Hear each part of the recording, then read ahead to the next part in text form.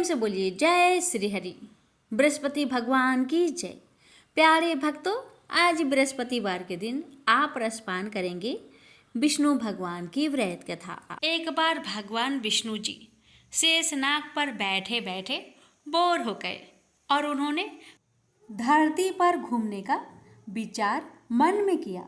वैसे भी कई साल बीत गए थे। धरती पर आए और वह अपनी यात्रा की तैयारी में लग गए। स्वामी को तैयार होता देखकर लक्ष्मी माता ने पूछा, आज सुबह सुबह कहाँ जाने की तैयारी हो रही है? विष्णु जी ने कहा, हे लक्ष्मी, मैं धरती लोक पर घूमने जा रहा हूँ। तो कुछ सोचकर लक्ष्मी माँ ने कहा, हे देव, क्या मैं भी आपके साथ चल सकती हूँ? भगवान विष्णु ने 2 पल सोचा, फिर कहा, एक शर्त है, तुम मेरे साथ चल सकती हो। तुम धरती पर पहुंचकर उत्तर दिशा की ओर बिल्कुल मत देखना। इसके साथ ही माता लक्ष्मी ने हाँ कह के अपनी मनवा ली और सुबह सुबह माँ लक्ष्मी और भगवान विष्णु धरती पर पहुंच गए। अभी सूर्य देवता निकल रहे थे। रात बरसात होकर हटी थी। चारों ओर हरियाली ही हरियाली थी। उस समय चारों ओर बहुत शांति थी और धरती बहुत ही सुंदर दिख रही थी और माँ लक्ष्मी मंत्र मुक्त होकर धरती को देख रही थी और भूल गई कि पति को क्या वचन देकर आई थी, यानी विष्णु भगवान को क्या वचन देकर आई थी। और चारों ओर देखती हुई कब उत्तर दिशा की ओर देखने लगी, पता ही नहीं चला।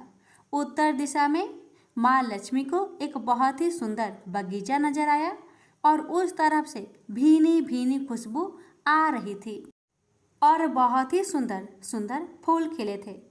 यह एक फूलों का खेत था और माँ लक्ष्मी बिना सोचे समझे उस खेत में गई और एक सुंदर सा फूल तोड़ लाई।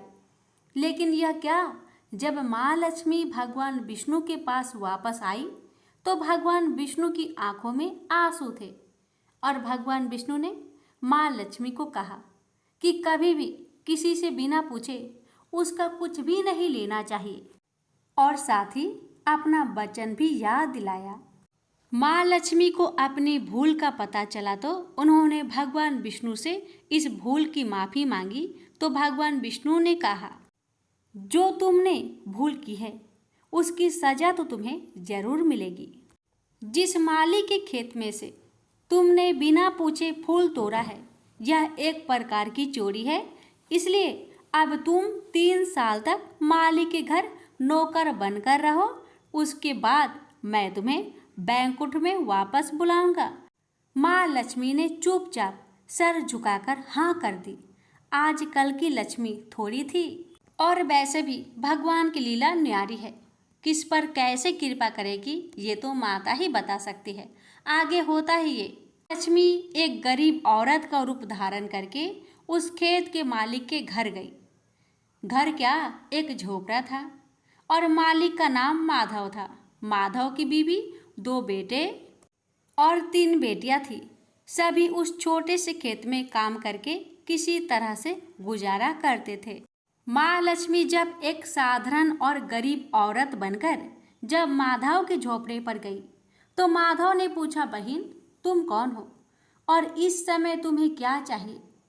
तब माँ लक्ष्मी ने कहा, मैं एक गरीब औरत हूँ, मेरी देखभाल करने वाला कोई नहीं है। मैंने कई दिनों से खाना भी नहीं खाया, मुझे कोई काम दे दो, साथ में मैं तुम्हारे घर का काम भी कर दिया करूँगी। बस मुझे अपने घर में एक कोने में आसरा दे दो। माधव बहुत ही अच्छे दिल का मालिक था। उसे दया आ गई, लेकिन उसने कहा, बहन मैं तो बहुत गरीब हूँ, मेरी कमाई से मेरे घर का खर्च मुश्किल से चलता है। लेकिन अगर मेरी 3 की जगह 4 बेटियाँ होती तो भी मैंने गुजारा करना ही था। अगर तुम मेरी बेटी बनकर जैसा रूखा सूखा हम खाते हैं उसमें खुश रह सकती हो तो बेटी बनकर अंदर आ जाओ। माधव ने माँ लक्ष्मी को अपने झोपड़े में शरण दे दी और माँ लक्ष्मी 3 साल तक उस माधव के घर पर नौकरानी बनकर रही। जिस दिन माँ लक्ष्मी माधव के घर आई थी, उससे दूसरे दिन ही माधव को इतनी आमदनी हुई। फूल बेचकर ही शाम को एक गाय खरीद ली। फिर धीरे धीरे माधव ने काफी जमीन खरीद ली और सबने अच्छे अच्छे कपड़े भी बनवा लिए और फिर एक बड़ा पक्का घर भी बनवा लिया। बेटियों और बीबी ने गहने भी बनवा लिए और अब मकान भी बहुत बड़ा बनवा लिया था। माधव हमेशा सोचता था कि मुझे ये सब इस महिला के आने के बाद ही मिला है। इस बेटी के रूप में मेरी किस्मत आ गई है मेरी। और अब 2 से 5 साल बीत गए थे, लेकिन माँ लक्ष्मी अब भी घर में और खेत में काम करती थी।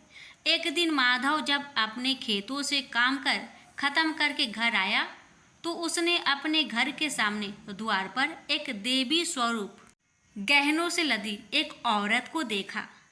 ध्यान से देखकर पहचान लिया, अरे ये तो मेरी मुंह बोली चौथी बेटी यानी वही औरत है, और पहचान गया कि ये तो माँ लक्ष्मी है। अब तक माधव का पूरा परिवार बाहर आ गया था और सब हैरान होकर माँ लक्ष्मी को देख रहे थे। माधव बोला, हे माँ, हमें माफ कर, हमने तेरे से अनजाने में ही घर और खेत में काम करवाया है। हे माँ, ये कैसा अपराध हो गया। हे माँ, हम सबको माफ कर दे। अब माँ लक्ष्मी मुस्कुराई और बोली, हे माधव, तुम बहुत ही अच्छे और दयालु व्यक्ति हो। तुमने मुझे अपनी बेटी की तरह रखा है, अपने परिवार के सदस्यों की तरह से। इसके बदले मैं तुम्हें वरदान देती हूँ कि तुम्हारे पास कभी भी खुशियों की और धन की कमी नहीं रहेगी। तुम्हें सारे सुख मिलेंगे जिसके तुम हकदार हो। और फिर माँ अपने स्वामी के द्वारा भेजे रथ में बैठकर बैकुंठ चली गई। हे लक्ष्मी माता, हे विष्णु भगवान, आपकी लीला न्यारी है। जिस किसी पर आप कृपा करते हैं, कैसे करते हैं, ये कोई नहीं जानता। हे माँ, हे भगवान, मैं आपसे प्रार्थना करती हूँ। हे लक्ष्मी नारायण भगवान जी, हे माँ लक्ष्मी। आपकी कथा कहने वाले, श्रद्धा भाव से इस कथा को सुनने वाले, आपके जय जयकार करने वाले सभी भक्तों की हर कष्ट को दूर करना, घर में सदा अन्न धन का भंडार भरे रखना, निरोगी काया देना, अपने भक्तों की हर मनोकामना को पूर्ण करना, जिसमें आपके भक्तों का भला हो। तो प्रेम से बोलिए, लक्ष्मीपति विष्णु भगवान जी की जय। विष्णु भक्त से निवेदन है, इस कथा को एक शेयर अवश्य करें। कि प्राचीन समय की बात है, एक राजा था जिसका नाम नाभि था और उसका विशाल साम्राज्य धन धान्य से परिपूर्ण था। राजा निरापद और सुखी थे। उनका कोई संतान ना होने के कारण मानसिक दुख था। उन्होंने अपनी पत्नी मरु देवी के साथ पुत्र यज्ञ की कामना से विशाल योग का अनुष्ठान किया। विद्वान ऋषित्वज ब्राह्मण उस यज्ञ में आए। राजा नाभि तथा मरु देवी यज्ञ काल में चतुर्भुज भगवान विष्णु के शंख चक्र गदा पद्मधारी रूप का स्मरण करते रहे। विधि विधान से यज्ञ पूरा होने पर भगवान विष्णु प्रकट हुए। उनका दर्शन करते ही ऋषित्वज ऋषि ब्राह्मण तथा यज्ञमान नाभि और मरु देवी ने उनकी चरण वंदना की। भगवान विष्णु ने कहा, नाभि, सद्भाव से किए गए तुम्हारे यज्ञ से मैं बहुत संतुष्ट हूँ। मांगो, तुम्हारी जो इच्छा हो तुम मांग लो। राजा नाभि ने कहा, प्रभु, आप अंतर्यामी हैं। स्वर्ग अपवर्ग में ऐसी कोई वस्तु नहीं जो आप ना दे सके, पर हमारी एक छोटी सी कामना है। संतान को अपना अंतिम पुरुषार्थ मानकर अपना ही समान पुत्र पाने के लिए आपकी आराधना की है। अब भगवान विष्णु ने कहा, नाभि, तुम्हें पुत्र चाहिए, वह तुम्हें मिलेगा, पर मेरे समान मैं दूसरा कहाँ से लाऊं? वो एक समान कैसे हो सकते हैं? वे रूप गुण में कुछ कम ज्यादा तो अवश्य होंगे। नाभि ने कहा, देवाधिदेव, आपकी माया महिमा सर्वत्र व्याप्त है। यह विश्व ब्रह्मांड ही आपकी छाया है। मुझे पुत्र रूप में अपने समान देना क्या आपके लिए कठिन है? विष्णु भगवान हंसकर बोले, ऋषियों, तुम्हारा यज्ञ यजमान एक दुर्लभ मांग कर बैठा है। मेरे समान तो मैं ही हूँ, अतः मैं ही अपने अंश रूप से नाभि के घर में जन्म लूंगा। ऐसा कहकर भगवान विष्णु अंतर्ध्यान हो गए। कुछ समय पश्चात मरु देवी के पुत्र पैदा हुआ। पैदा होते ही ऐसे लक्षण प्रकट हुए जैसे वास्तव में विष्णु ने अवतार लिया है। बालक के शरीर पर शंख, चक्र, पद्म आदि के चिन्ह दिखाई देते थे। उसके शरीर से एक अलौकिक सुगंध फूटती थी। उस बालक का नाम ऋषभ रखा गया। धीरे धीरे बालक बड़ा हुआ। थोड़े ही समय में समस्त विद्याओं का ज्ञाता हो गया। पिता के साथ राजकाज भी देखने लगा। महाराज नाभि ने देखा कि ऋषभ को उनके मंत्रीगण, सेनापति, राज्य की समस्त प्रजा बहुत प्यार करते हैं। उनकी योग्यता से राजकाज और अच्छे ढंग से चलने लगा तो उन्होंने ऋषभ का राज्याभिषेक कर पत्नी सहित स्वयं वानप्रस्थी हो गए। महाराजा ऋषभ देव के बढ़ते प्रभाव तथा यश से इंद्र में देश भाव उत्पन्न हुआ। उन्होंने उनके राज्य में वर्षा बंद कर दी, जिससे कि वहाँ दुर्भिक्ष पड़े और प्रजा जब भूखे मरने लगे तो ऋषभ देव के विरुद्ध असंतोष फैले। इंद्र को शायद ऋषभ देव की अलौकिक शक्ति का पता नहीं था। इंद्र की इस मूर्खता पर हंसते हुए उन्होंने अपने राज्य में अपनी योग माया से भरपूर वर्षा की। इससे उनके राज्य में उस वर्ष पूर्व वर्षों की अपेक्षा अधिक अन्न उत्पादन हुआ। इंद्र को अपनी करनी पर लज्जा आई और ऋषभ देव से क्षमा मांगते हुए कहा, राजन, मैं स्वयं आपकी योग माया का दर्शन करना चाहता हूँ। मैं चाहता हूँ कि मेरी पुत्री जयंती को आप अपनी भार्या बनाए। ऋषभ देव और जयंती का विवाह हो गया। जयंती से उन्हें 100 पुत्र प्राप्त हुए। भरत उनके सबसे बड़े और सबसे गुणवान बेटे थे। उन्हीं भरत के नाम पर इस देश का नाम भारत वर्ष पड़ा। उनके पुत्र भरत जब सब प्रकार के योग हो गए तो उन्होंने भरत को राज्य सौंप दिया और स्वयं समशील, निवृत्ति परायण, वैराग्य रूप परमहंस जैसे विरक्त हो गए। परिग्रह में मात्र शरीर रह गया। घर बार त्याग दिया, यहाँ तक कि वस्त्रों का भी त्याग कर सर्वथा दिगंबर हो गए और अपने राज्य से बाहर चले गए। सत्य अहिंसा परिग्रह के साक्षात भगवान स्वरूप ऋषभ देव जैन धर्म के आदि प्रवक्त का प्रथम तीर्थकर हुए। भगवान ऋषभ देव ने अपने कर्म तथा व्यवहार से जीवन, कर्म एवं धर्म को नई दिशा दी। आत्म भाव से दिगंबर स्वरूप में विचरते हुए पश्चिम में कुटका जल के जंगल की आवागीन में शरीर का भी परित्याग कर दिया। प्रेम से बोलिए विष्णु भगवान की जय। भगवान भावना के भूखे हैं। दक्षिण भारत में स्थित कांचीपुरी में चोल वंशीय राजाओं का राज्य था। तत्कालीन चोल राजा भगवान विष्णु का बड़ा भक्त था। वह अनंत शयनम मंदिर में भगवान विष्णु की राजकीय अलंकरणों से किया करता था।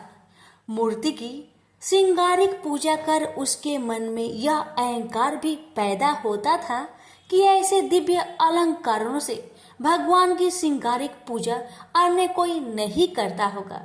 एक दिन वह पूजा करके उठा ही था कि इतने में उसके नगर का एक दीनहीन ब्राह्मण विष्णुदास हाथ में तुलसी तथा जल भरा कलश लेकर आया। पहले तो उसने भगवान को दंडवत प्रणाम किया, फिर कलश का जल भगवान के चरणों में उझेर कर तुलसी दल चढ़ा दिया। साथ में वह ओम नमः भगवते वासुदेवाय का मंत्र जपता जाता था। राजा खरा यह सब देख रहा था। ब्राह्मण के जल डालने से राजा द्वारा अर्पित पूजा सामग्री तथा श्रृंगार बह गया और ब्राह्मण के चरणों में रह गया केवल तुलसी दल। राजा को बड़ा क्रोध आया। कहने लगा, अरे दरिद्र ब्राह्मण, मैंने भगवान का कैसा श्रृंगार किया था। भगवान की यह मूर्ति कैसी राजकीय शोभा पा रही थी। तूने जल चढ़ाकर सब धो दिया और रख दिया तुलसी के ये जंगली पत्ते। ब्राह्मण राजा की क्रोध भरी बात सुनकर विनती करते हुए बोला, राजन, मैं दरिद्र ब्राह्मण हूँ। आप जैसी श्रृंगारिक पूजा का साधन मेरे पास कहाँ है। मैं तो जो कुछ पाता हूँ उसी को भक्ति भाव से भगवान के चरणों में चढ़ाकर प्रभु कृपा से सुखी हो जाता हूँ। अलंकरण दिव्य पुष्प फल आदि से गर्वित होकर पूजा करे या भक्ति भावना से प्रभु के आगे केवल विनीत होकर हाथ जोड़ दे, इससे भगवान को क्या लेना। भगवान को तो भक्ति और भावना चाहिए। महाराज मुझे क्षमा करे। राजा ने कहा, तुझे अपनी भक्ति पर गर्व है? तूने कोई देव मंदिर बनवाया है? कभी यज्ञ दान तप किया है?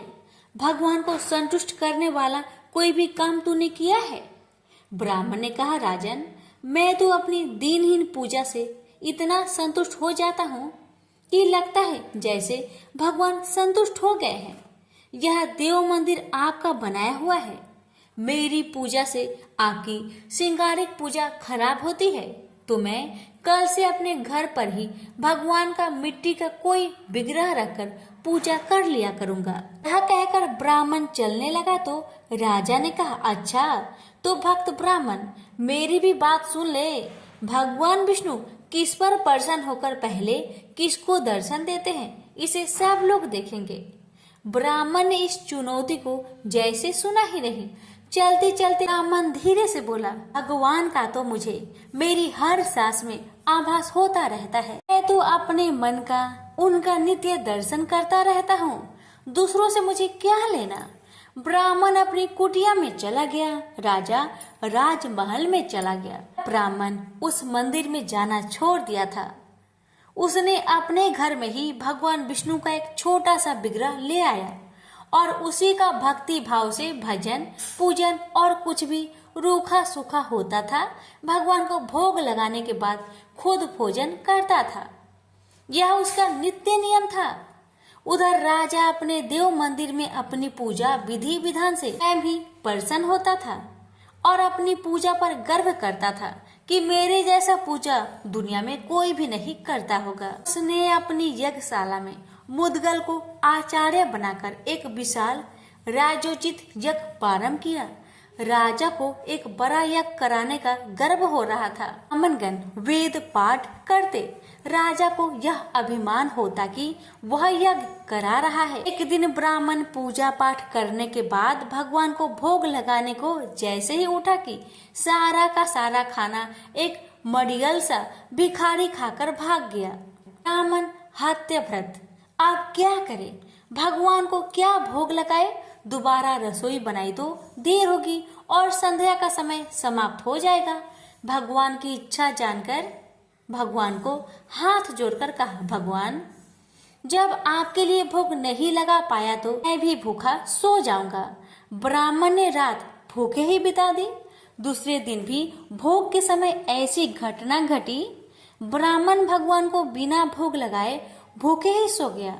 उसे आश्चर्य हुआ कि ऐसा कौन है कि भोग के समय ही पहले मेरे रसोई में आकर मेरा भोग खा जाता है। तीसरे दिन वह ब्राह्मण सावधान हो गया। भोग के समय जैसे ही वह भूखा ब्राह्मण आया और खाना लेकर भागने लगा कि उसने उसे पकड़ लिया। उसकी दयनीय दशा देखकर कहा, दरिद्र नारायण इस प्रकार चुपके से चोरी से खाना क्यों ले जा रहे हो? आओ बैठो। भगवान का भोग लगाने के बाद जो कुछ भी रूखा सूखा है बैठकर प्रेम से खाकर अपनी भूख मिटाओ। अब मैं आपको ऐसे ना जाने दूंगा। बैठो और प्रेम से भोजन करो। मैं समझूंगा मेरे नारायण स्वयं प्रत्यक्ष भोग स्वीकार कर रहे हैं। कहकर उसने उस भूखे ब्राह्मण को आसन पर बिठाया और खाना परोसकर हाथ जोड़कर बैठ गया। इतने में ही उसे भूखे ब्राह्मण ने अपना स्वरूप बदला और वह साक्षात विष्णु के रूप में विराजमान हो गए। साक्षात भगवान विष्णु को अपने यहाँ भोग ग्रहण करते देख वह ब्राह्मण उनके चरण में गिर पड़ा। उसे उठाते हुए भगवान विष्णु ने कहा, उठो मेरे प्रिय भक्त, मैं चोल राजा के यहाँ भी रोज जाता था, मगर वहां से मुझे दीनहीन दरिद्र को भगा दिया जाता था। उस राजसी अहंकारी यज्ञ में राजपुरुषों, दरबारियों, कर्मकांडी ब्राह्मणों की प्रतिष्ठा है। अपने को भक्त कहलाने का दिखावा है। वहां से दीनहीन तथा भूखे भगा दिए जाते हैं। जाओ चोल महाराज से कह दो कि भगवान विष्णु मेरे यहाँ आए हैं और आप भी मेरे घर आकर उनका दर्शन कर लीजिए। मैं तब तक यहीं बैठा रहूंगा। भगवान विष्णु ने कहा। ब्राह्मण गदगद होकर भागा भागा चोल नरेश के पास गया और कहा, राजन, भगवान विष्णु मेरे ही घर में बैठे हैं, चलिए आपको दर्शन देने के लिए बुला रहे हैं। यह सुनकर राजा हंसा, लेकिन महर्षि मुद्गल भगवान की यह माया समझ रहे थे। उन्होंने राजा से कहा, राजन, ब्राह्मण की बात सच मानकर चलिए, मैं भी चलता हूँ। भगवान की लीला निराली है, चलिए चलकर देखते हैं। चोल राजा की मुग्धल तथा ब्राह्मण चलकर जब उस झोपड़े में आए तो देखा कि भगवान विष्णु भोजन कर रहे थे। राजा ने आश्चर्य से हाथ जोड़कर कहा, प्रभु, मैं आपका दर्शन पाने तथा आपका प्रसाद ग्रहण करने को कितने दिनों से जप तप पूजा यज्ञ कर रहा हूँ। देव दुर्लभ राजभोग छोड़कर आप यहाँ इस ब्राह्मण का रूखा सूखा भोजन ग्रहण कर रहे हैं, क्यों? भगवान ने हंसकर कहा, राजन, तुम्हारे पूजा अर्चना यज्ञ तप में राजसी अहंकार है, एक दिखावा है। इस ब्राह्मण की दरिद्रता में विनम्र भक्ति है, दिखावा नहीं, भावना है, फल प्रेम है। मैं तो निरअहंकारी भक्ति तथा भावना का भूखा हूँ, इसलिए यह प्रेम प्रसाद ग्रहण कर रहा हूँ। तुम्हारी पूजा अंतर मन की नहीं, दिखावे की है। भगवान की यह बात सुनकर राजा को ज्ञात हुआ, जब तक राजसी वैभव से जुड़ा रहूंगा यह अहंकार बना रहेगा। इसलिए राजा अपने पुत्र को राज्य सौंपकर वानप्रस्थी जीवन बिताने तथा आडंबरहीन भक्ति करने किसी आश्रम में चला गया। उसे बोलिए लक्ष्मी नारायण की जय। क्षीर सागर में भगवान विष्णु से सैया पर शयन कर रहे थे। सागर में भयंकर गर्जना के साथ ऊंची ऊंची तरंगे उठ रही थी, पर उन तरंगों के कारण भगवान विष्णु के आराम में रंच मात्र भी बाधा नहीं हो रही थी। वे उन तरंगों और तरंगे की गर्जना से भी सुख से शयन कर रहे थे, जैसे उनके लिए कुछ हो ही नहीं रहा हो। सहसा भगवान विष्णु की नाभि से एक सुंदर कमल प्रफुल्लित हो उठा। उस कमल ने धीरे धीरे बढ़कर विशाल आकार धारण कर लिया। संयोग की बात, उसी समय वहां प्रजापति ब्रह्मा जी उपस्थित हुए। उन्हें विष्णु की नाभि से निकले हुए कमल को देखकर बड़ा विस्मय हुआ। उन्होंने विष्णु से नम्रता पूर्वक पूछा, भगवान, आपकी नाभि से यह कैसा कमल निकला हुआ है? क्षीर सागर में ऊंची ऊंची तरंगे क्यों उठ रही है? विष्णु ने उत्तर दिया, ब्रह्मा जी, आप यह सब कुछ देख रहे हैं, वह मेरे लिए कुछ भी नहीं है, क्योंकि यह सब कुछ मुझ में ही समाविष्ट है। छोड़िए इस बात को, कहिए आपकी स्थिति क्या है? ब्रह्मा जी ने उत्तर दिया, जो आपकी स्थिति है वही मेरी स्थिति है, आप चाहे तो स्वयं देख सकते हैं। विष्णु मुस्कुरा उठे। वे अत्यंत लघु रूप धारण कर मुख के द्वार ब्रह्मा के भीतर चले गए। उन्होंने वहां लोक लोक आदि देखे। वे उन सभी लोकों में परिभ्रमण करने लगे। जब सबको देख चुके तो पुनः बाहर निकल आए। उन्होंने ब्रह्मा जी से कहा, आपका तप अद्भुत है। आपकी तप शक्ति से आपके भीतर अनगिनत लोक लोकों की रचना हुई है। आप धन्य है। ब्रह्मा जी के मन में गर्व का विकार उत्पन्न हो गया। उन्होंने भगवान विष्णु से कहा, आपने तो मेरे भीतर के लोक लोकों को देख लिया, मैं भी आपके भीतर का ब्रह्मांड देखना चाहता हूँ। ब्रह्मा जी अपने कथन को समाप्त करते हुए लघु रूप धारण कर मुख के द्वार विष्णु भगवान के भीतर चले गए। उन्होंने विष्णु भगवान के भीतर देखा अनंत ब्रह्मांड, अनेक सूर्य, चंद्रमा, ग्रह और ग्रह। ब्रह्मा जी विस्मय के कारण सागर में डूब गए। उसी समय विष्णु को परिहास सूझा। उन्होंने ब्रह्मा जी को भ्रम में डालने के लिए अपने नेत्र बंद कर लिए।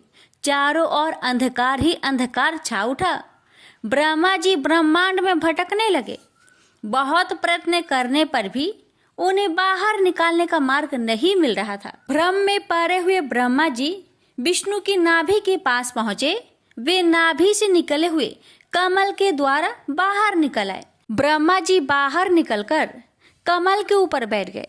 वे गर्भ में डूबकर सोचने लगे कि विष्णु मुझे भीतर बंद कर लेना चाहते थे, पर मैंने भी उन्हें कैसा बनाया। मैं उनके न चाहने पर भी किस तरह बाहर निकल आया। ब्रह्मा जी का मन गर्व से फूल उठा। तभी वहां 2 प्रचंड दैत्य उपस्थित हुए। उनमें एक का नाम था मधु और दूसरे का नाम था केटव। दोनों विशाल कमल की नाल को पकड़कर हिलाने लगे। अब तो कमल के ऊपर आसीन ब्रह्मा जी चिंतित हो गए। वे भयतुर होकर इधर उधर देखने लगे, पर कहीं भी उन्हें विष्णु जी दिखाई नहीं पड़े। ब्रह्मा जी ने देखा कि कमल नाल पानी के भीतर समाई हुई है। वे लघु रूप धारण कर कमल नाल के द्वार नीचे उतरते चले गए और वहां जा पहुंचे जहां विष्णु शेष शैया पर शयन कर रहे थे। ब्रह्मा जी को भयातुर देखकर विष्णु मुस्कुरा उठे। उन्होंने प्रश्न किया, कहिए ब्रह्मा जी, क्या बात है? ब्रह्मा जी ने उत्तर दिया, 2 प्रचंड दैत्य सागर में उत्पात मचा रहे हैं।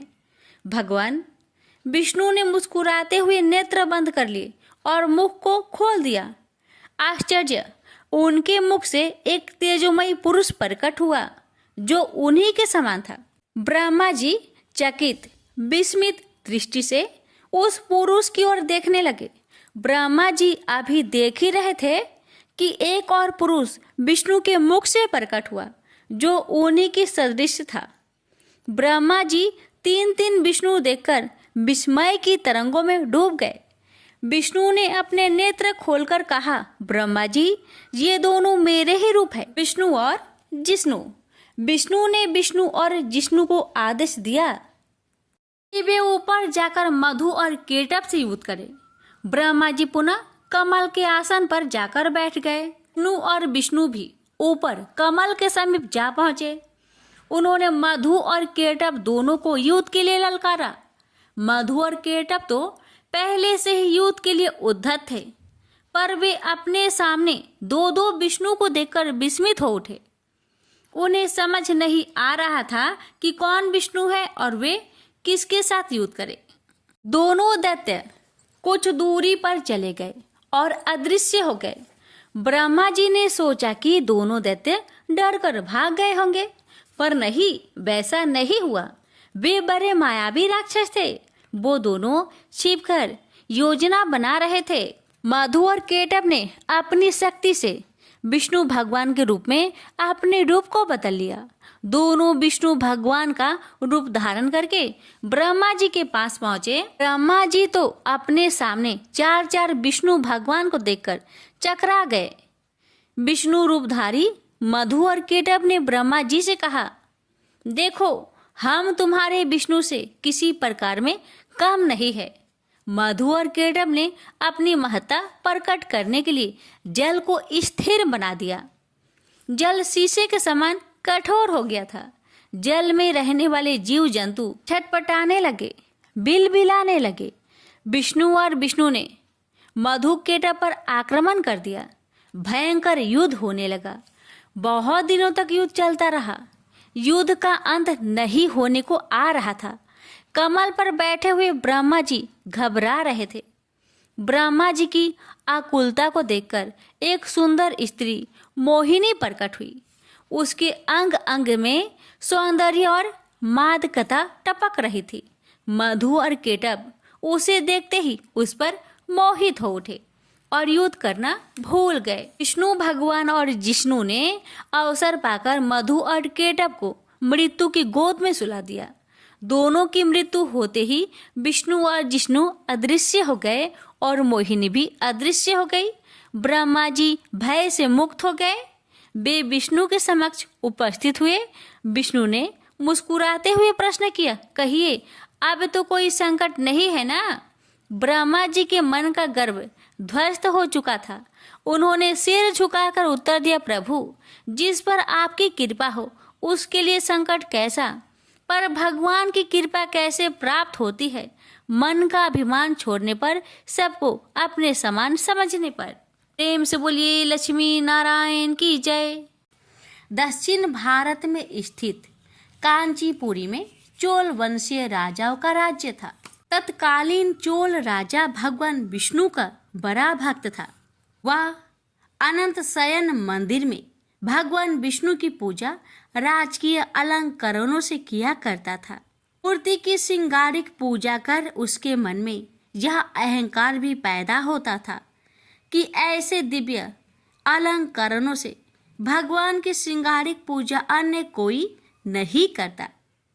एक दिन वह पूजा करके उठा ही था कि इतने में उसके नगर का एक दीनहीन ब्राह्मण विष्णुदास हाथ में तुलसी तथा जल भरा कलश लेकर आया। पहले तो उसने भगवान को दंडवत प्रणाम किया, फिर कलश का जल भगवान के चरणों में उड़ेल कर तुलसी दल चढ़ा दिया। साथ में वह ओम नमो भगवते वासुदेवाय का मंत्र जपता जाता था। राजा खरा यह सब देख रहा था। ब्राह्मण के जल डालने से राजा द्वारा अर्पित पूजा सामग्री तथा श्रृंगार बह गया और भगवान के चरणों में रह गया केवल तुलसी दल। राजा को बड़ा क्रोध आया, कहने लगा, अरे दरिद्र ब्राह्मण, मैंने भगवान का कैसा श्रृंगार किया था। भगवान की यह मूर्ति कैसी राजकीय शोभा पा रही थी। तूने जल चढ़ाकर सब धो दिया और रख दिया तुलसी की ये जंगली पत्ते। ब्राह्मण राजा की क्रोध भरी बात सुनकर विनती करते हुए बोला, राजन, मैं दरिद्र ब्राह्मण हूँ। आप जैसे श्रृंगारिक पूजा का साधन मेरे पास कहाँ है। मैं तो जो कुछ पाता हूँ उसी को भक्ति भाव से भगवान के चरणों में चढ़ाकर प्रभु कृपा से सुखी हो जाता हूँ। अलंकरण, दिव्य पुष्प, फल आदि से गर्वित होकर पूजा करे या भक्ति भावना से प्रभु की आगे केवल विनीत होकर हाथ जोड़ दे, इससे भगवान को क्या लेना। भगवान को तो भक्ति और भावना चाहिए। महाराज, मुझे क्षमा करे। राजा ने कहा, तुझे अपनी भक्ति पर गर्व है। तूने कोई देव मंदिर बनवाया है, कभी यज्ञ दान तप किया है, भगवान को संतुष्ट करने वाला कोई भी काम तूने कभी किया है। ब्राह्मण ने कहा, हे राजन, मैं तो अपनी दीनहीन पूजा से इतना संतुष्ट हो जाता हूँ कि लगता है जैसे भगवान संतुष्ट हो गए। यह देव मंदिर आपका बनाया हुआ है। मेरी पूजा से आपकी श्रृंगारिक पूजा खराब होती है, तो मैं कल से अपने घर पर ही भगवान का मिट्टी का कोई विग्रह रखकर पूजा कर लिया करूँगा। यह कहकर ब्राह्मण चलने लगा तो राजा ने कहा, अच्छा तो भक्त ब्राह्मण, मेरी भी बात सुन ले। भगवान विष्णु किस पर प्रसन्न होकर पहले किसको दर्शन देते हैं, इसे सब लोग देखेंगे। ब्राह्मण ने इस चुनौती को जैसे सुना ही नहीं, चलते चलते धीरे से बोला, भगवान का तो मुझे मेरी हर सांस में आभास होता रहता है। मैं तो अपने मन में उनका नित्य दर्शन करता रहता हूँ। दूसरों से मुझे क्या लेना। ब्राह्मण अपनी कुटिया में चला गया। राजा राजमहल में चला गया। ब्राह्मण ने उस मंदिर में जाना छोड़ दिया। अपने घर पर ही विष्णु भगवान का एक छोटा सा विग्रह ले आया और उसी का भक्ति भाव से पूजन कर कुछ भी रूखा सूखा होता भगवान को भोग लगाने के बाद खुद भोजन करता था। यह उसका नित्य का नियम था। उधर राजा अपने देव मंदिर में अपनी पूजा विधि से स्वयं ही प्रसन्न होता और अपनी पूजा पर गर्व करता। उसने अपनी यज्ञशाला में मुग्दल को आचार्य बनाकर एक विशाल राज्योचित यज्ञ प्रारंभ किया। राजा को एक बड़ा यज्ञ कराने का गर्व हो रहा था। ब्राह्मणगण वेद पाठ करते, राजा को यह अभिमान होता कि वह यज्ञ करा रहा है। एक दिन ब्राह्मण पूजा पाठ करने के बाद भगवान को भोग लगाने को जैसे ही उठा कि सारा का सारा खाना एक मरियल सा भिखारी खाकर भाग गया। ब्राह्मण हट प्रभ, अब क्या करे, भगवान को क्या भोग लगाए। दोबारा रसोई बनाए तो देर होगी और संध्या का समय समाप्त हो जाएगा। भगवान की इच्छा मानकर भगवान को हाथ जोड़कर कहा, हे भगवान, जब आपके लिए भोग नहीं लगा पाया तो मैं भी भूखा सोऊंगा। ब्राह्मण ने रात भूखे ही बिता दी। दूसरे दिन भी भूख के समय ऐसी ही घटना घटी। ब्राह्मण भगवान को बिना भोग लगाए भूखा ही सो गया। उसे आश्चर्य हुआ कि कौन भोग के समय चुपके से आकर रसोई का सारा खाना खा जाता है। तीसरे दिन वह सावधान था। भोग के समय जैसे ही वह भूखा ब्राह्मण आया और खाना लेकर भागने लगा कि उसने उसे पकड़ लिया। उसकी दयनीय दशा देखकर कहा, दरिद्र नारायण, इस प्रकार चुपके से चोरी से खाना क्यों ले जा रहे हो? आओ बैठो, भगवान का भोग लगाने के बाद जो कुछ भी रूखा सूखा है बैठकर प्रेम से खाकर अपनी भूख मिटाओ। अब मैं आपको ऐसे न जाने दूंगा। बैठो और प्रेम से भोजन करो। मैं समझूंगा मेरे नारायण स्वयं प्रत्यक्ष भोग स्वीकार कर रहे हैं। यह कहकर उसने उस भूखे ब्राह्मण को आसन पर बैठाया और खाना परोसकर हाथ जोड़कर बैठ गया। इतने में ही उसे भूखे ब्राह्मण ने अपना स्वरूप बदला और वह साक्षात विष्णु के रूप में विराजमान हो गया। साक्षात भगवान विष्णु को अपने यहाँ भोग ग्रहण करते देख वह ब्राह्मण उनके चरणों में गिर पड़ा। उसे उठाते हुए भगवान विष्णु ने कहा, उठो मेरे प्यारे भक्त, मैं चोल राजा के यहाँ भी रोज जाता था, मगर वहाँ से मुझ दीनहीन दरिद्र को भगा दिया जाता था। उस राजसी अहंकारी यज्ञ में राजपुरुषों, दरबारियों, कर्मकांडी ब्राह्मणों की प्रतिष्ठा है। अपने को भक्त कहलाने का दिखावा है। वहाँ से दीनहीन तथा भूखे भगा दिए जाते हैं। जाओ चोल महाराज से कह दो कि भगवान विष्णु मेरे यहाँ आए हैं, आकर दर्शन कर ले। मैं तब तक यहीं बैठा रहूँगा। ब्राह्मण गदगद होकर भागा भागा चोल नरेश के पास गया और कहा, हे राजन, भगवान विष्णु मेरे यहाँ बैठे हैं, चलिए आपको दर्शन देने के लिए बुला रहे हैं। यह सुनकर राजा हंसा, लेकिन महर्षि मुग्दल भगवान की यह माया समझ रहे थे। उन्होंने राजा से कहा, हे राजन, ब्राह्मण की बात सच मानकर चलिए, मैं भी चलता हूँ। भगवान की लीला निराली है, चलिए चलकर देखते हैं। चोल राजा ऋषि मुग्दल तथा वह ब्राह्मण चलकर जब उस झोपड़े में आए तो देखा कि भगवान विष्णु भोजन कर रहे थे। राजा ने आश्चर्य से हाथ जोड़कर कहा, प्रभु, मैं आपका दर्शन पाने तथा आपका प्रसाद ग्रहण करने को कितने दिनों से जब तब पूजा यज्ञ कर रहा हूँ। केवल दुर्लभ राजभोग छोड़कर आप यहाँ इस ब्राह्मण का रूखा सूखा भोजन ग्रहण कर रहे हैं, क्यों? भगवान ने हंसकर कहा, हे राजन, तुम्हारे पूजा अर्चना यज्ञ तप में राजसी अहंकार है, एक दिखावा है।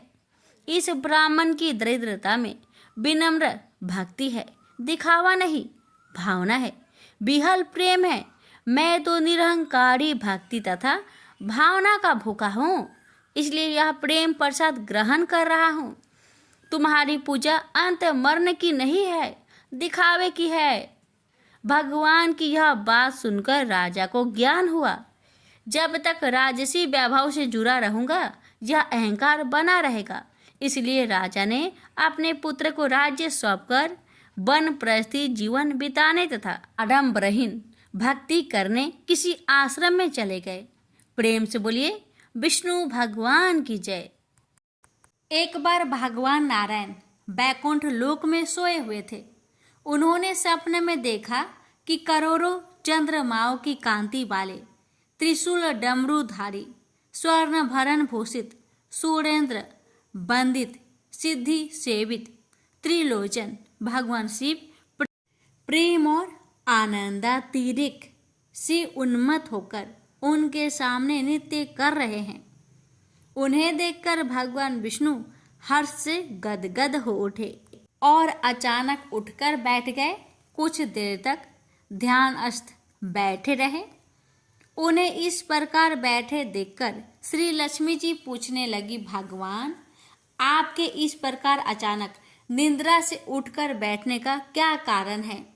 भगवान ने कुछ देर तक उनके इस प्रश्न का कोई उत्तर नहीं दिया और आनंद में निमग्न चुपचाप बैठे रहे। कुछ देर बाद हर्षित होते हुए बोले, देवी, मैंने अभी स्वप्न में भगवान श्री महेश्वर का दर्शन किया है। उनकी छवि ऐसी अपूर्व, आनंदमयी एवं मनोहर थी कि देखते ही बनती थी। मालूम होता है कि शंकर ने मुझे स्मरण किया है। अहो भाग्य, चलो कैलाश में चलकर हम लोग महादेव के दर्शन करें। ऐसा विचार कर दोनों कैलाश की ओर चल दिए। भगवान शिव के दर्शन के लिए कैलाश मार्ग पर आधी दूर गए होंगे कि देखते हैं भगवान शंकर स्वयं गिरिजा के साथ उनकी ओर चले आ रहे हैं। अब भगवान के आनंद का तो ठिकाना ही नहीं रहा, मानो घर बैठे निधि मिल गई। पास आते ही दोनों परस्पर बड़े प्रेम से मिले। ऐसा लगा मानो प्रेम और आनंद का समुद्र उमड़ पड़ा। एक दूसरे को देखकर दोनों ने नेत्रों से आनंद आंसू बहने लगे और शरीर पुलकायमान हो गया। दोनों ही एक दूसरे से लिपटे हुए कुछ देर मुखबख्त खड़े रहे। प्रश्नोत्तर होने पर मालूम हुआ कि शंकर जी को भी रात्रि में इसी प्रकार का सपना हुआ कि मानो विष्णु भगवान को वे उसी रूप में देख रहे हैं जिस रूप में अब उनके सामने खड़े थे। दोनों के स्वप्न का वृत्तांत से अवगत होने के बाद दोनों एक दूसरे को अपने निवास ले जाने का आग्रह करने लगे। नारायण ने कहा कि बैकुंठ चलो और भोलेनाथ कहने लगे कि कैलाश की ओर प्रस्थान किया जाए। दोनों के आग्रह में इतना अलौकिक प्रेम था कि यह निर्णय करना कठिन हो गया कि कहाँ चला जाए। इतने में ही क्या देखते हैं कि बीना बजाते हरिगुण गाते नारद जी कहीं से आ निकले।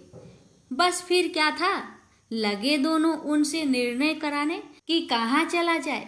बेचारे नारद जी तो स्वयं परेशान थे उस अलौकिक मिलन को देखकर। वे तो स्वयं अपनी शुद्ध बुद्ध भूल गए और लगे मस्त होकर दोनों का गुणगान करने। अब निर्णय कौन करे। अंत में यह तय हुआ कि भगवती उमा जो कह दे वही ठीक है। भगवती उमा पहले तो कुछ देर चुप रही। अंत में वे दोनों की ओर मुख करते हुए बोली, हे नाथ, हे नारायण, आप लोग के निश्चल अनन्य एवं अलौकिक प्रेम को देखकर तो यही समझ आता है कि आपके निवास अलग अलग नहीं है। जो कैलाश है वही बैकुंठ है और जो बैकुंठ है वही कैलाश है। केवल नाम में ही भेद है। यही नहीं, मुझे तो ऐसा प्रतीत होता है कि आपकी आत्मा भी एक ही है, केवल शरीर देखने में दो है। और तो और मुझे तो स्पष्ट लग रहा है कि आपकी भार्याएं भी एक ही हैं। जो मैं हूँ वही लक्ष्मी है और जो लक्ष्मी है वही मैं हूँ। केवल इतना ही नहीं, मेरी तो अब यह दृढ़ धारणा हो गई है कि आप लोगों में से एक के प्रति जो देश करता है वह मानो दूसरे के प्रति ही करता है। एक की जो पूजा करता है वह मानो दूसरे की भी पूजा करता है। मैं तो तय समझती हूँ कि आप दोनों में जो भेद मानता है उसका चिरकाल तक घोर पतन होता है। मैं देखती हूँ कि आप मुझे इस प्रसंग में अपना मध्य स्थल बनाकर मानो मेरी प्रवचना कर रहे हैं, मुझे असमंजस में डाल रहे हैं, मुझे भुला रहे हैं। अब मेरी यह प्रार्थना है कि आप लोग दोनों ही अपने अपने लोक को पधारिए। श्री विष्णु यह समझे कि हम शिव रूप में बैकुंठ जा रहे हैं और महेश्वर यह माने कि हम विष्णु रूप में कैलाश गमन कर रहे हैं। इस उत्तर को सुनकर दोनों परम प्रसन्न हुए और भगवती उमा की प्रशंसा करते हुए दोनों ने एक दूसरे को प्रणाम किया और अत्यंत हर्षित होकर अपने अपने लोक को प्रस्थान किया। लौटकर जब श्री विष्णु बैकुंठ पहुँचे तो श्री लक्ष्मी जी ने उनसे प्रश्न किया, हे प्रभु, आपको सबसे अधिक प्रिय कौन है? भगवान बोले, प्रिय, मेरी प्रियतम केवल श्री शंकर है। देहधारियों को अपने देह की भांति वे मुझे अकारण ही प्रिय है। एक बार मैं और श्री शंकर दोनों पृथ्वी पर घूमने निकले। मैं अपने प्रियतम की खोज में इस आशय से निकला कि मेरी ही तरह जो अपने प्रियतम की खोज में देश देशांतर में भटक रहा होगा, वही मुझे अकारण प्रिय होगा। थोड़ी देर के बाद मेरी श्री शंकर जी से भेंट हो गई। वास्तव में मैं ही जनार्दन हूँ और मैं ही महादेव हूँ। अलग अलग दो घरों में रखे हुए जल की भांति मुझ में और उनमें कोई अंतर नहीं है। शंकर जी के अतिरिक्त शिव की चर्चा करने वाला शिव भक्त भी मुझे अत्यंत प्रिय है। इसके विपरीत जो शिव की पूजा नहीं करते वे मुझे कदापि प्रिय नहीं हो सकते। इस तरह जो शिव की पूजा करता है वह वैकुंठवासी विष्णु को भी स्वीकार है, और जो श्री विष्णु की वंदना करता है वह त्रिपुरारी को भी मान लेता है। प्रेम से बोलिए हर हर महादेव। माता पार्वती की जय। लक्ष्मीपति विष्णु भगवान की जय।